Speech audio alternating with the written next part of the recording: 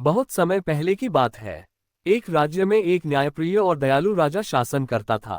वह अपने प्रजा से बहुत प्रेम करता था और हमेशा उनकी भलाई के लिए कार्य करता था।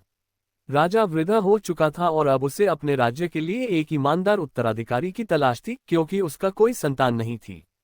उसने सोचा कि वह अपने राज्य में सबसे ईमानदार व्यक्ति को खोजकर उसे उत्तराधिकारी बनाएगा।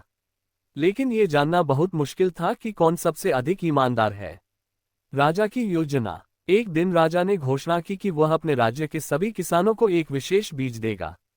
राजा ने कहा, जो भी किसान इस बीज को सबसे अच्छे तरीके से उगाएगा और 1 वर्ष बाद मुझे सबसे सुंदर पौधा दिखाएगा, उसे मैं इनाम दूंगा और उसे अपने दरबार में एक ऊंचा स्थान दूंगा। राज्य भर के किसान राजा के महल में इकट्ठा हुए और राजा ने प्रत्येक किसान को एक एक बीज दिया। सभी किसान बहुत उत्साहित थे। वे अपने अपने घर गए और बीज को अच्छे से बोने की तैयारी करने लगे।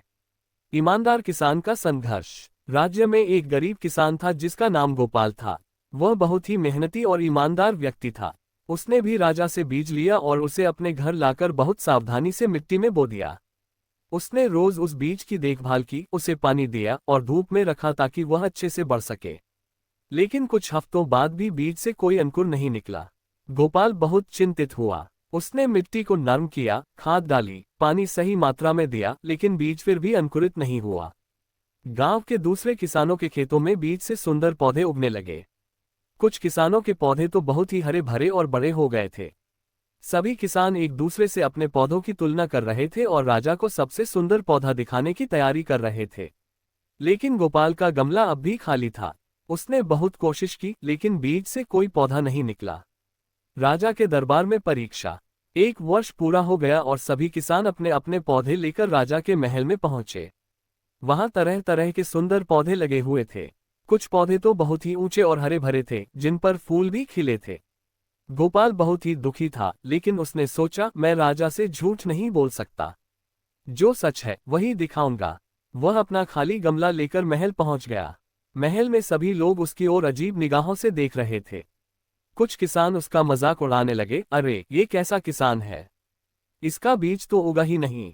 राजा एक एक कर किसानों के पौधे देख रहा था। वह मुस्कुराया, लेकिन उसके चेहरे पर असली खुशी नहीं दिख रही थी। जब वह गोपाल के पास पहुंचा और उसका खाली गमला देखा, तो वह थोड़ा रुका और आश्चर्य से पूछा, बेटा तुम्हारा पौधा कहाँ है? गोपाल ने सिर झुकाकर कहा, महाराज मैंने इस बीज को अच्छे से मिट्टी में बोया, रोज पानी दिया, धूप में रखा और पूरी देखभाल की, लेकिन ये कभी उगा ही नहीं। मैं नहीं जानता कि मेरे बीज में क्या कमी थी, लेकिन मैं आपके सामने झूठ नहीं बोल सकता। यही मेरी सच्चाई है। राजा की घोषणा। राजा कुछ देर तक चुपचाप खड़ा रहा। फिर वह मुस्कुराया और ऊंची आवाज में बोला, सुनो प्रजाजनों, मुझे मेरा उत्तराधिकारी मिल गया।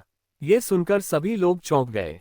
किसानों को विश्वास ही नहीं हुआ कि राजा ने गोपाल को क्यों चुना।